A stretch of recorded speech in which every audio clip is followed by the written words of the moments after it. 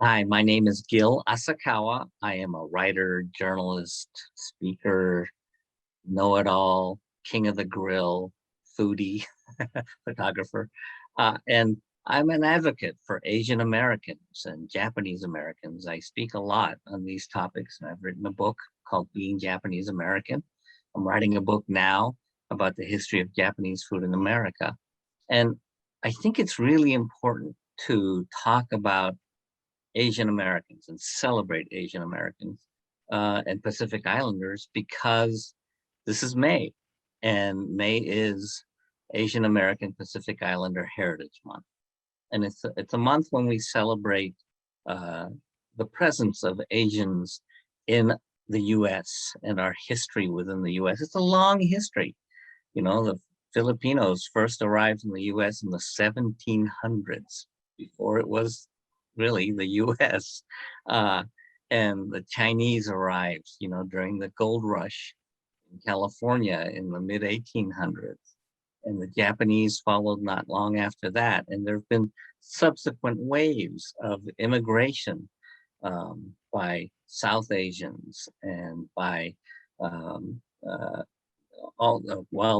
immigrant and refugee communities after every war, right? Korean Americans and Vietnamese Americans and Cambodians, and more recently, a lot of people from Nepal and Bhutan and lots of other countries, Myanmar. So Asians have been part of our society for hundreds of years, and yet we're kind of invisible. We haven't been part of the story, the narrative of the US. Yes, there are more Chinese restaurants in the US than McDonald's, Wendy's, and Burger King combined, really.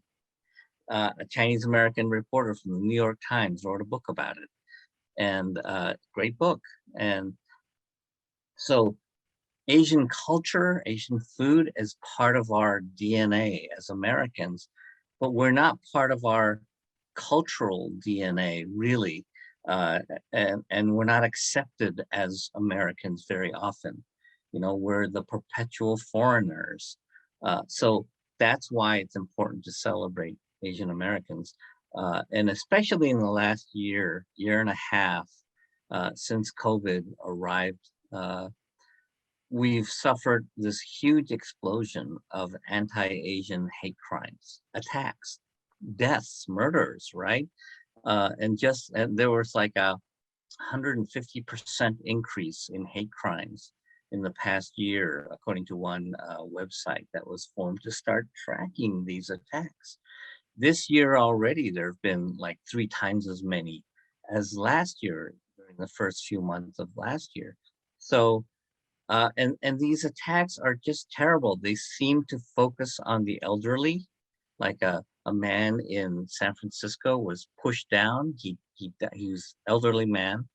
He was pushed down on the sidewalk and he died. And we've had a woman in, I think, San Diego who was attacked at an ATM. We had a woman in New York City, Chinatown, who was stabbed. And amazingly, all these things are caught on camera. And so people are being arrested, but the horror of these kinds of attacks has led to a general outcry. And really, although hate crimes and stereotypes and racism against Asians is nothing new, absolutely nothing new, the level of these attacks has suddenly opened the eyes of the mainstream media, and it's been part of the news, especially this year, to the point where a couple of Asian American lawmakers introduced a law both in the House and the Senate, and they both passed.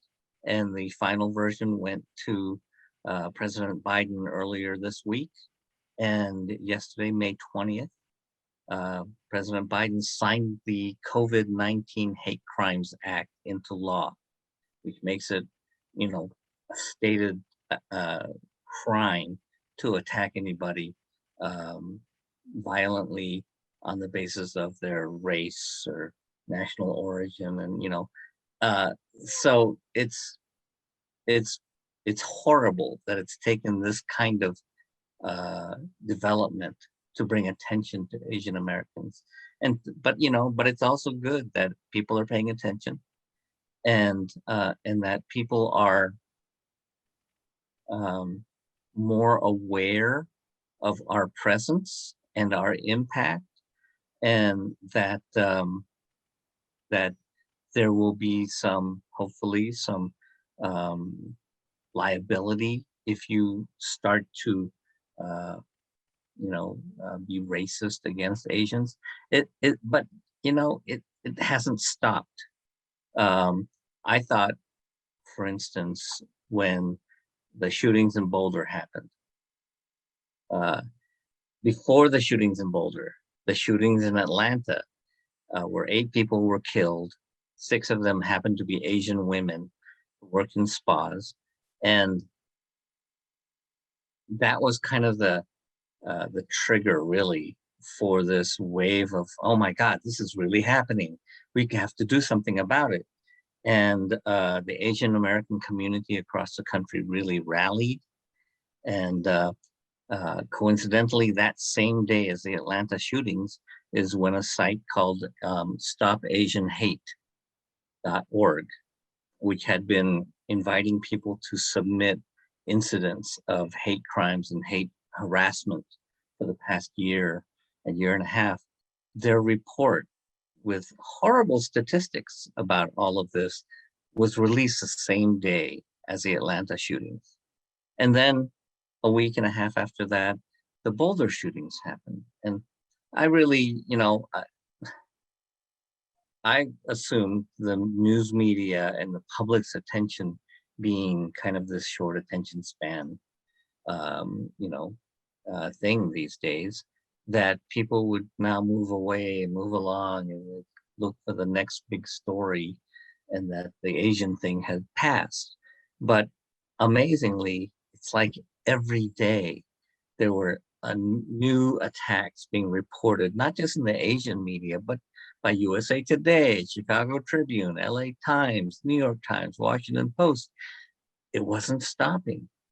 So if there's one thing that is a good, if there's, I hate to say it, but a good side effect of the COVID-19 pandemic, it is that, having the country's leaders calling it the Chinese virus or Kung flu, that actually has led to all this hatred coming out that had always kind of simmered below the surface, underneath the skin, but you scratch it and all of a sudden it comes out, and because it's not that deep.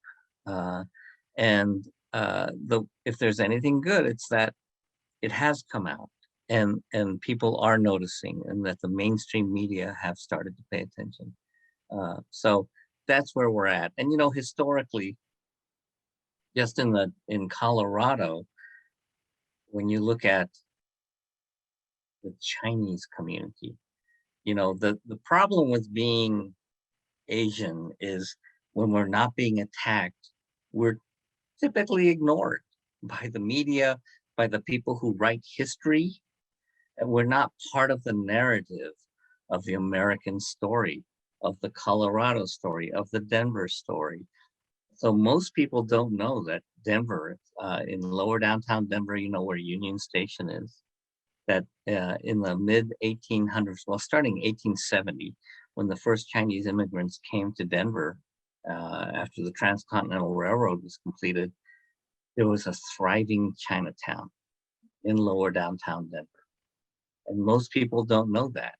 And that's because on October 31st, 1880, there was an anti-Chinese race riot where thousands of whites just kind of roamed through lower downtown Denver, attacked the Chinese. They killed one man, hung him from a light post at 19th and Arapahoe, and burned down a lot of the businesses. The Chinese hung in there, but, and came back even until the late 1800s. But the fact of the matter is that race riot was used as the excuse by racist lawmakers to pass the Chinese Exclusion Act in 1882, a year and a couple months later. And the Chinese Exclusion Act is to this day the only anti-immigration act law signed into law by the President of the United States that names a particular ethnicity and nationality to ban them from coming to the US. But people don't know that history. It's a horrible history.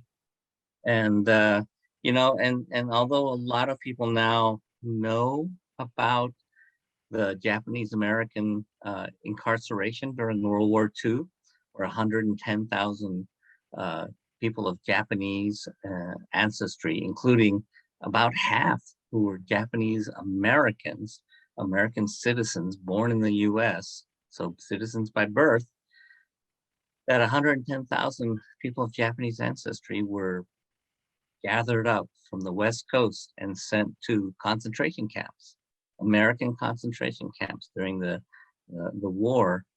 And most people don't know that Colorado had one of these camps.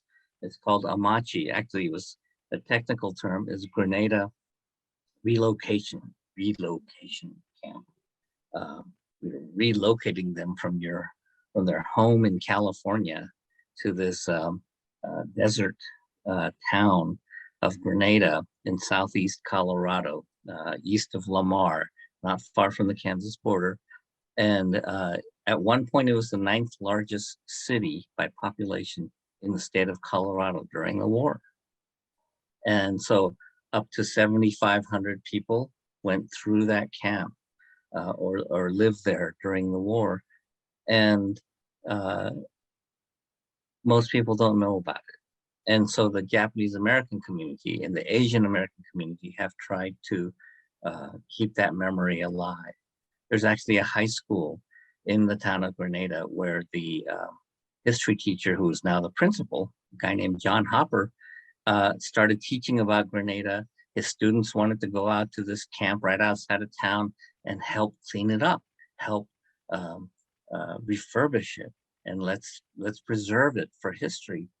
And the Amachi Preservation Society, which is still a group of student volunteers organized by John Hopper, the teacher who's now the principal, go out there, and over the years, with some organizations' help and funding, they have cleaned up and protected a little cemetery where the only markers that are left are of infants who died in Amachi. But there's a memorial there, a nice stone memorial of the men from Amachi who were sent, who volunteered to go fight in Italy, in Europe during World War II as part of the 442nd Regimental Combat Team. They call it the Go for Broke team. And they to this day, the 442nd is the most highly decorated unit for its size and length of service in the entire history of the United States military. A bunch of Japanese Americans whose families were in prison, in camps in the United States during the war. These guys volunteered to go fight for the US to show their patriotism. And a lot of people don't remember that. There's actually a hit movie in the 1950s called Go for Broke about them. And there have been a couple of other movies about the Go for Broke battalion, and also some movies about the concentration camps, but not a lot. And most people, if you ask, they won't know. You know why? Because that story isn't told in history. My stepson got a brand new history book for Jefferson County, Colorado, in the when he was in high school, and he brought it home, and we flipped through it. There's like something like 65 pages about World War II, and there were 2 paragraphs about the Japanese American incarceration. And you know, there are people who were in Amachi in all 10 camps. Actually, there are 10 camps, and there are still people who are alive, who were in those camps, who were children in those camps. And it's amazing that more people don't know about it. So, you know, just like with Biden signing this COVID-19 Hate Crimes Law Act into law, the Colorado congressional delegation, bipartisan, Ken Buck, who's a Republican, and Joe Neguse, who is a Democrat, and from Boulder. Ken Buck his district includes 𝘰𝘠𝘕, and then both Colorado senators, Hickenlooper and Bennett, signed on to a law, legislation to help make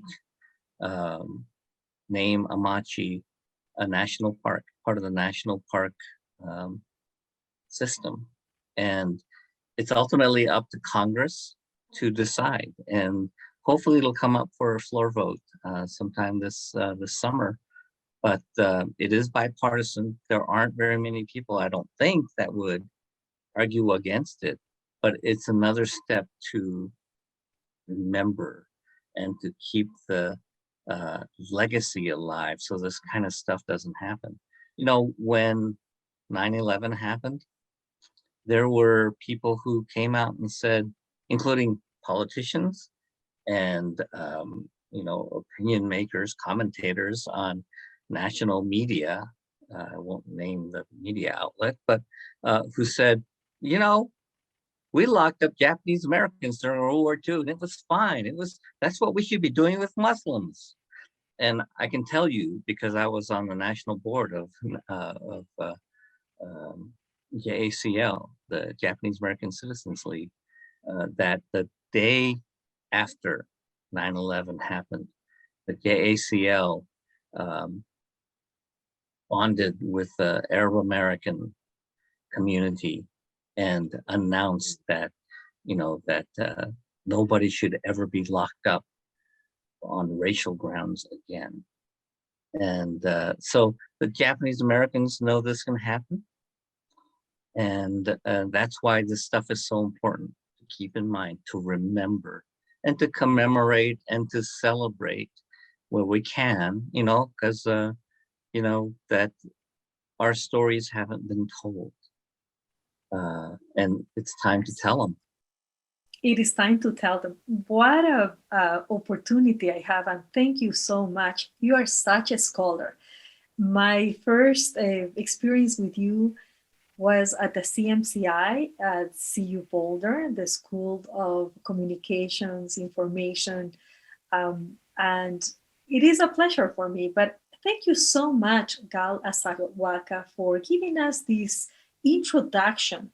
Again, I'm saying you're such a scholar to explain to us, give us this wide view of the community, the Asian community in America, in a month also when we are celebrating this heritage.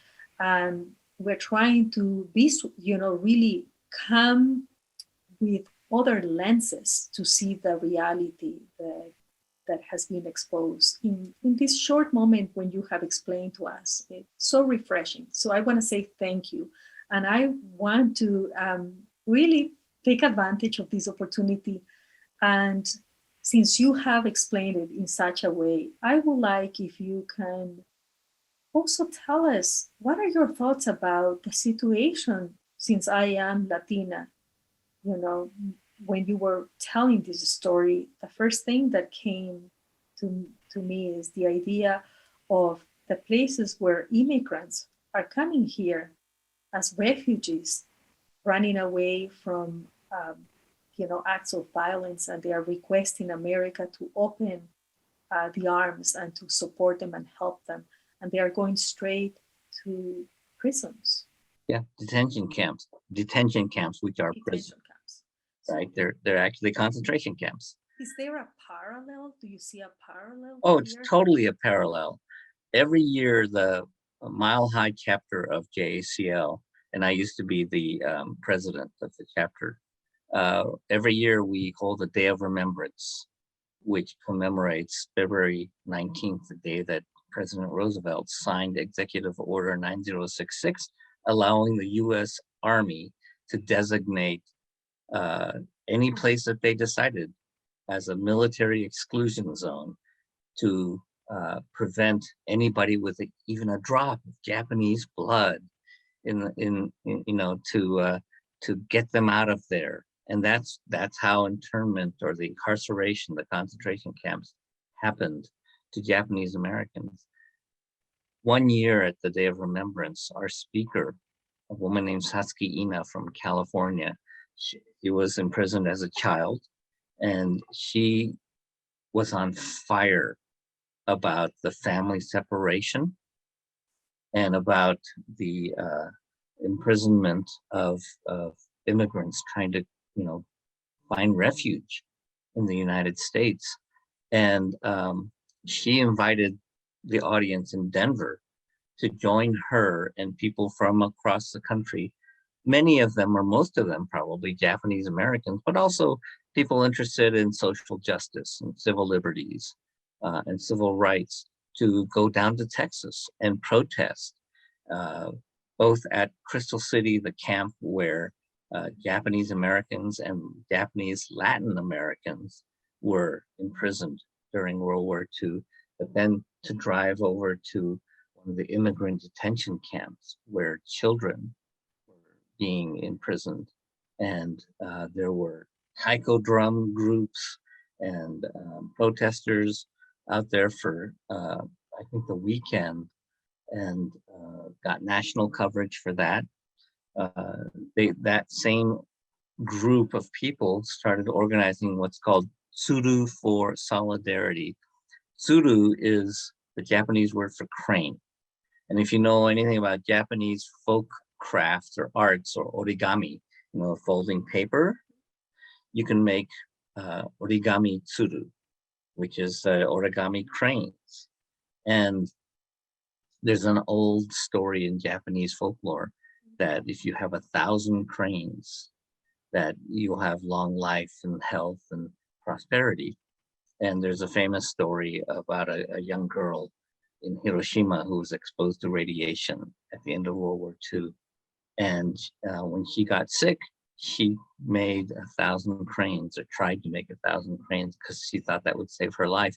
She actually died before she finished it. And ever since then, children all over the world have sent origami cranes to Hiroshima. It's a very powerful, emotional story. But so Satsuki Ina and the organizers of this protest in Texas then started 𝘬𝘠𝘯𝘪 for Solidarity, which has collected thousands and thousands of origami cranes to show solidarity with the Latinx community and protest the imprisonment of especially children, but families, a separation, and taking people who are escaping horrible situations and imprisoning them here in the U.S. And that's still going on. The 𝘬𝘠𝘯𝘪 for Solidarity, they've been doing a really good job of keeping this alive and collecting more and more origami cranes.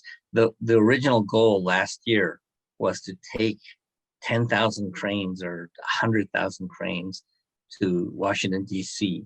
for a big rally and protest in front of the Washington Monument in June or July. And of course, COVID happened. And so that all got canceled. But, communities across the country have continued to meet.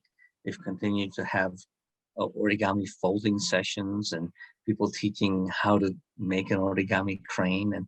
And so the Japanese American community has been very much on the front lines of solidarity with the Latinx and refugee communities to try to bring attention to the fact that this is happening. And you have been extremely busy too. I know that you have been invited to speak in different media outlets lately. For me, as the equity reporter, bilingual equity reporter in KGNU, it's a pleasure to have the opportunity to feature you today as a local person here that has been doing so much, because behind the scenes, you have been super busy advocating for the Asian community and mobilizing groups all over the nation. So if you can talk about that so that our listeners will know what you have been busy doing for months already. Well, I'm involved in a lot of things in the Asian community. I was one of the volunteers for years with the Colorado Dragon Boat Festival, which was a great experience because until then I thought of myself as, Japanese American, Asian American, but I didn't understand really the scope of, there are almost 40 ethnicities under the Asian umbrella just in Denver. So I got to meet Laotians, the Lao community, Cambodian community, Nepalese community, and being Asian is more than just South Asia or India and Vietnam and Korea, China, and Japan, and maybe the Philippines. It's a huge, huge, huge community with, I think somebody said, if you include the Pacific Islander countries and cultures, 2,000 languages, and or maybe more than that, because I think there's like more than 1,000 languages just in the continent of the subcontinent of India. So, it's a big, big, big bucket of culture and communities, and I love being involved in that. I loved learning about it through the Colorado Dragon Boat Festival, but I'm also currently right now, I'm the chair of the Denver Takayama Sister City Committee. Takayama in Japan was Denver's second Sister City Committee. I mean, we were the second city to connect with a city in Japan. And then I'm also involved in a kind of a loose-knit group that has been fighting racism. It started last year during the COVID anti-Asian harassment and incidents, but like in April, on April 1st, there was a commentary, a satire published by a newspaper in Greenwood Village in South Denver that used a lot of horrible Chinese stereotypes and was really racist about and made fun of Asian Americans. And it was all couched in that Greenwood Village had made a deal with Wuhan, China, to build the world's largest amusement park in Greenwood Village, which is, it's ludicrous anyway, but they just use that Wuhan thing to make all these racist jokes, and it wasn't funny. And our little group started a boycott of advertisers, and something like more than 30 advertisers that pulled out of this newspaper. The city of Greenwood Village just last week announced that they were going to stop using that newspaper as paying that newspaper to publish legal announcements. That the city was, the state of Colorado requires cities, municipalities to publish public announcements in newspapers, their local newspapers. And the city of Greenwood Village switched to another newspaper after 30 some years of staying with the one newspaper. So we can have an impact when we find our voice, when we bring attention to things, and we got media coverage for this. And, the newspaper's owners just said, oh, it was a joke. It was a joke. And then 3 weeks later, they said, well, we apologize if people were offended, which is kind of a non-apology apology. We apologize if you took it wrong, is what they're saying. And so I've been involved in that. And I've also on a committee which we just launched a Facebook page. It's called CAPU, C-A-P-U, Colorado Asian Pacific United. And our main project right now is the re-envision Denver's historic Chinatown project, talking about, you know, the original Chinatown that was in lower downtown Denver that was kind of destroyed in many ways by this race riot in 1880. I found out during this research with this organization, this committee, there's just 9 of us, that my early journalism job, my first journalism job in Denver was at Westward. And at the time, the weekly newspaper, and at the time, our office for Westward was on the 2nd floor of a building at 15th and 𝘬𝘰𝘤𝘪𝘦, which is right above the 𝘬𝘰𝘠 Supper Club, great pizza joint, all gone now. But I found out during this Chinatown project that our office used to be, in the 1870s and 80s, it used to be a Chinese community center. I'm like, wow, I've gone full circle as an Asian American. And, you know, and I'm fighting for things now and trying to, you know, bring people's attention to it and commemorating the fact that this Chinese community, this Chinatown, was thriving and was here. You know, we were part of the identity of Denver very early on. So those are the kind of things that keep me going. It's great to learn about it, and more important, it's great to be able to share it and get the word out and educate people. It's all about educating people and reminding people, because our stories have not been told, because we've been invisible. It's time to get visible. And you're doing such a good job of getting visible and bringing the community together. And again, another parallel, you know, when you say precisely this thing about the Asian community being so wide and so diverse in itself, again, it calls me to my Latin community that is also, again, diverse and complex. You know, people think of your one block. People think Asians are one block. We're all the same. Yeah, right. No, not at all. You know, even the indigenous part of us really comes across. Why? Because there was a lot of mixing. You know, mestizaje was the big thing.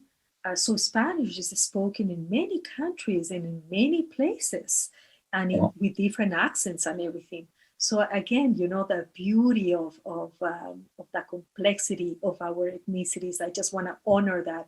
You know, this has been an amazing conversation. You have gone from you know, mentioning what President Biden has signed as this COVID-19 hate crimes law act that hopefully will really start making a difference, that is super needed in the community, to also explaining why the Amache camp is important and the situation there. Or we need to wait and see if it's going to happen, that it will be recognized as it should. And then suddenly you just took me to Chinatown in Denver and what you're trying to do there, and your full circle. So this has been a beautiful conversation. I thought I was going to do, like, you know, interview style, but it has been an honor to get learning from you. You have taught me today. Again, you're a scholar, you know, that's the reality. And you push a button and I just go and start talking. You go, just like me. So this is fantastic. It is always different, you know, every time that we have the opportunity to talk. And I'm going to have also the opportunity to upload these in Facebook for others to listen to the whole piece. But I will be creating a short piece for the morning magazine coming this week, because we want to honor. We want to honor the presence of Asian Americans here in the United States. And for me, it's such an honor to learn from you today and to witness the hard work of the whole community and your full circle today.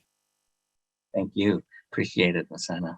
Thank you so much. For KGNU, I am Rossana Longo.